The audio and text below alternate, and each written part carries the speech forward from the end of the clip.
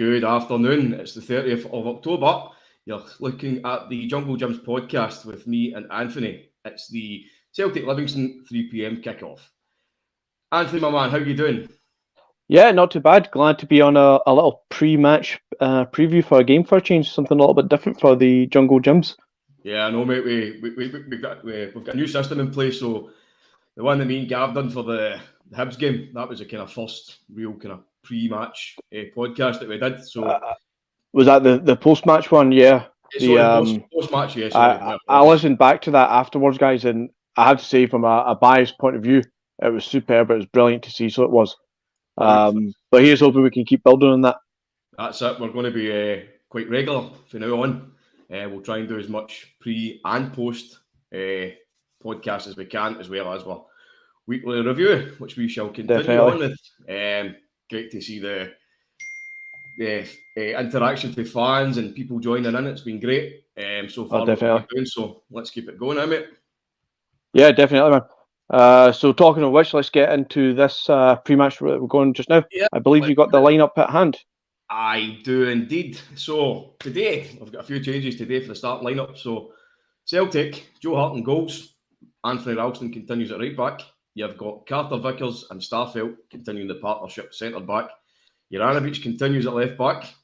Beaton comes in for the injured Rogic. Callum McGregor captains the team. Turnbull remains in midfield with him. Abada and Jota are your two wingers, and Giakoumakis comes in for a start. So you've got on the bench, you've got Scott Bain, James McCarthy, Mikey Johnson, Adam Montgomery, Stephen Welsh, Kyogo, and the return of James Forrest. I know you've been looking forward to that. That is great to hear that name. So it is. That's fantastic. Yeah, I know you've been really, really looking forward to seeing him back. Definitely, man. How do you think of the team lineup so far? It's a little bit different from what I thought. Obviously, with Rogic being out, we need to make some sort of midfield change. I expected potentially McCarthy or Beaton to start. It could present a bit more of a kind of stable defensive mindset. But then this is a team against Livingston where we have struggled in the past. So I kind of see where his logic is with that. I thought that would be the only change, though. So I'm quite glad, quite surprised in a positive way that we've got Abada coming back onto the right side, which would be good because I love Abada. I know he's quite raw still, as we like to say, and he needs a bit more game managed sort of thing. But that's where James Forrest is going to come back in, which is another name great to see on the bench. But Giakoumakis up front instead of Kyogo, that one surprises me. But in a good way. Again, in a good way. This is a positive lineup for me. We've got some people coming back. We've got some kind of new faces, and Giakoumakis getting his second start this time now. Let's see what he can do. And obviously that bench is very strong. We Kyogo there, James Forrest there. You're looking at Montgomery to come on the left back if anything happens to either side of the full-backs. Obviously, there's a bit of interchangeable there. So I'm very, very excited by it, very positive. And we definitely need a good, strong lineup, I think, today. Well, I think when you're talking about strong lineups, I was pleasantly surprised to see Giakoumakis leading the line instead of Kyogo. But I think for me, it's a good move by Postecoglou because it's Livingston we're going to be playing. They are a team that are quite physical, compact in defence. So usually when you go to Livingston's home ground, it's kind of hard to get maybe like a cross ball and get somebody on the end of it. Defenders are going to kind of rustle you about. But with Giakoumakis starting, you've got a bit of strength and physicality up front, which is obviously, I'm thinking it's Postecoglou is thinking that, hey, get this guy in, get him to ruffle the feathers up with the defence, like Abada and Jota go and do their thing.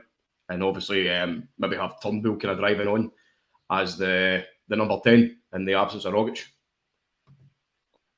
Yeah, I can feel that definitely happen. If we look at previous games against Livingston, we definitely have lacked a bit of strength, and especially they've used strength against us. Just look at a couple of results in the past where Lyndon Dykes has basically bullied Julian at times. So we need to make sure we're on our game. This is not an easy fixture by any stretch of the imagination. We need to be good, we need to be strong, and we need to be confident with it.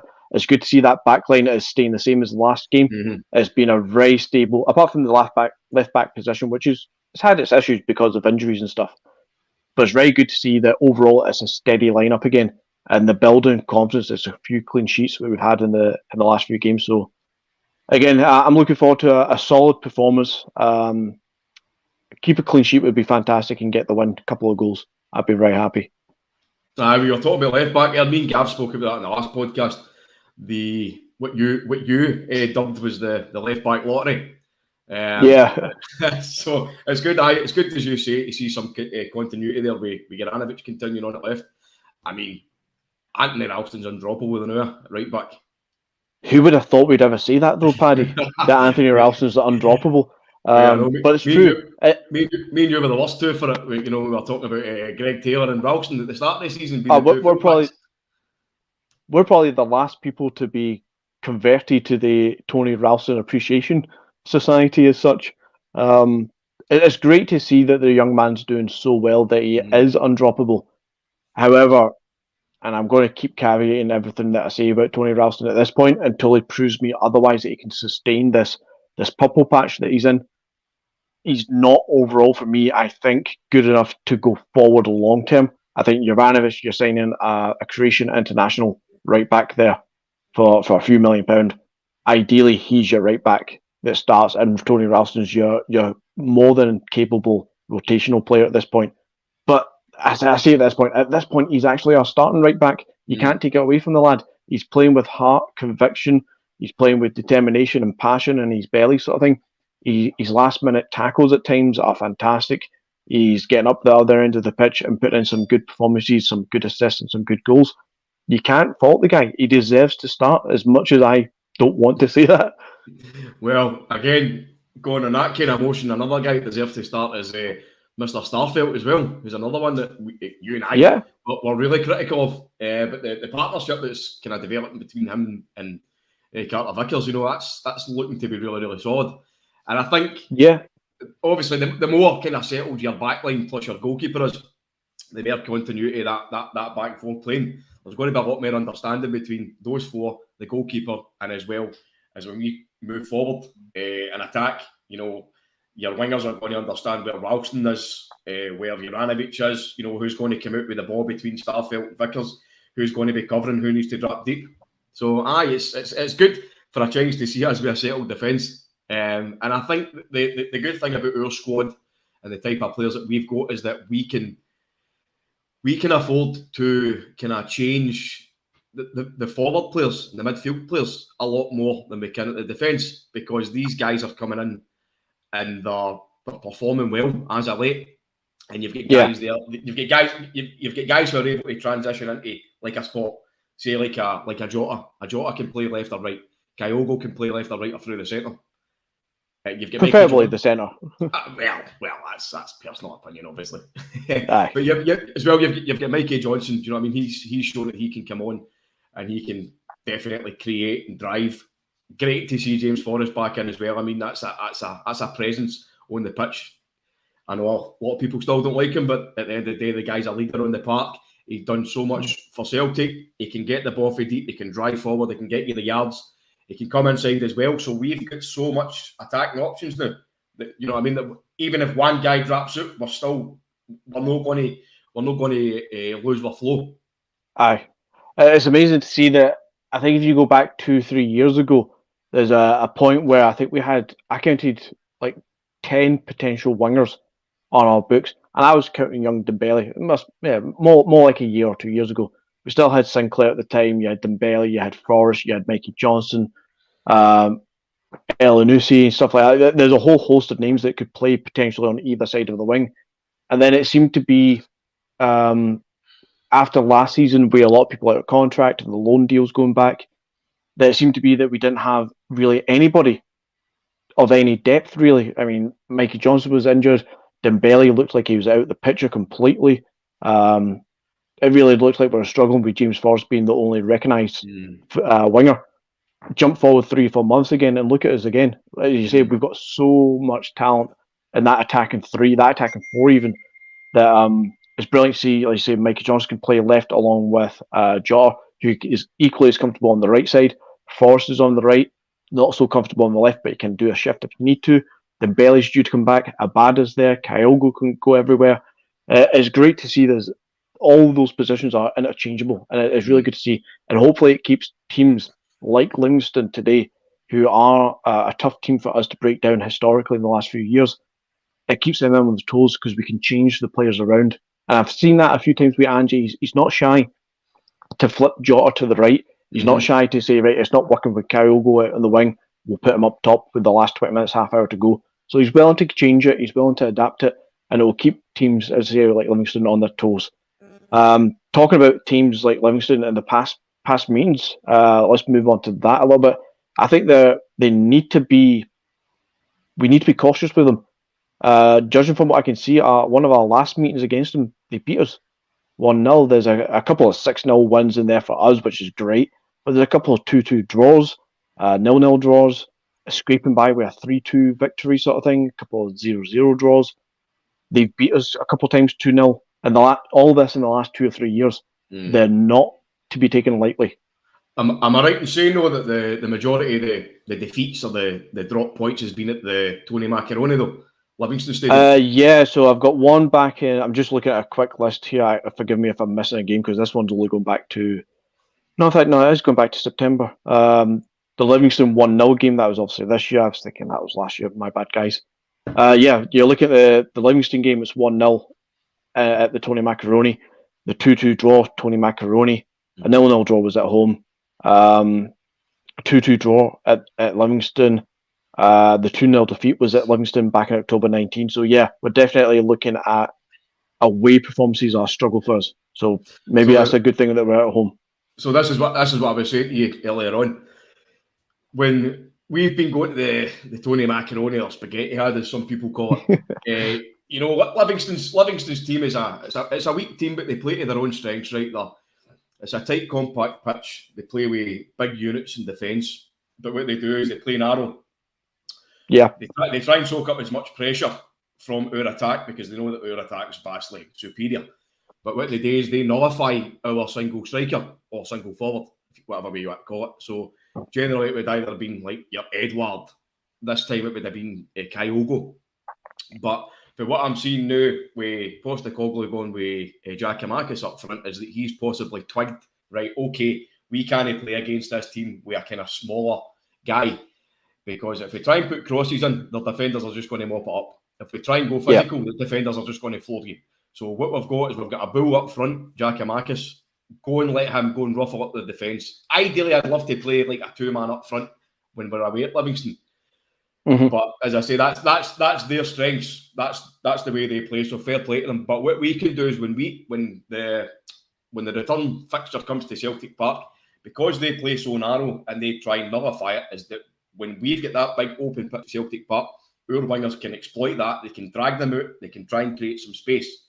They've basically got to defend for their lives. Whether they do that or not, it's hopefully it's down to us because we're hopefully going to beat them. But as I say, it's a different game when it comes to Celtic Park because it's a big open pitch. There's more space for our guys to go and work their magic. Definitely, I'm expecting to see we Abada and Jota on the wings. I think. For raw pace and drive going forward, I think that's probably the best two that we've got fully fit right now to go for this. As you say, we a big man like Giakoumakis up top. We're going to look to stretch them on this nice big Celtic pitch that we've got. Get in behind them and get Giakoumakis into that penalty spot and just drill balls across the deck into him so you can get on the back of them. We saw his first goal was a cross from the right side and he's the right man at the right time at the right height sort of thing. I think we'll see a lot of that today. I think we're going to see an assured midfield performance where Beaton and McGregor, they're going to carry the ball out of defence. They're going to drive forward with the ball. And we're going to see Turnbull this time in the number 10 as opposed to Tom Rogic. And it's going to be a big day time for him to step up. Yeah, time for him to step up a little bit more. He's not been terrible this season. He's played some good games. He's been a steady Eddie sort of thing. He's deserved his place. But for me, he's not wowed me in the way that Rogic has the last few games. So this is the time for him. He gets to play that a little bit further advanced. He gets to have a little bit more of a freedom for creativity going forward. So yeah, let's see what goes. I think what you're saying there about Turnbull kind of being the number 10 today and Mr. Creator is that he's got himself a lucky game today because I think Livingston, as I say, the way they set up and the way they play, they're basically going to be sitting really deep, their entire team, which means that our defence, our midfield, they can all push further high up the park. They can play higher up, which means that we're probably going to see the lion's share of possession. We're going to be the ones doing all the creating. All that we need to do is create the opening and make sure that, like, say, Turnbull isn't just kind of floating about. If he's going to be the number 10, then he needs to be the one that's going to almost try and be like your Stan Petrov type. He's going to have to drive through and support Giakoumakis.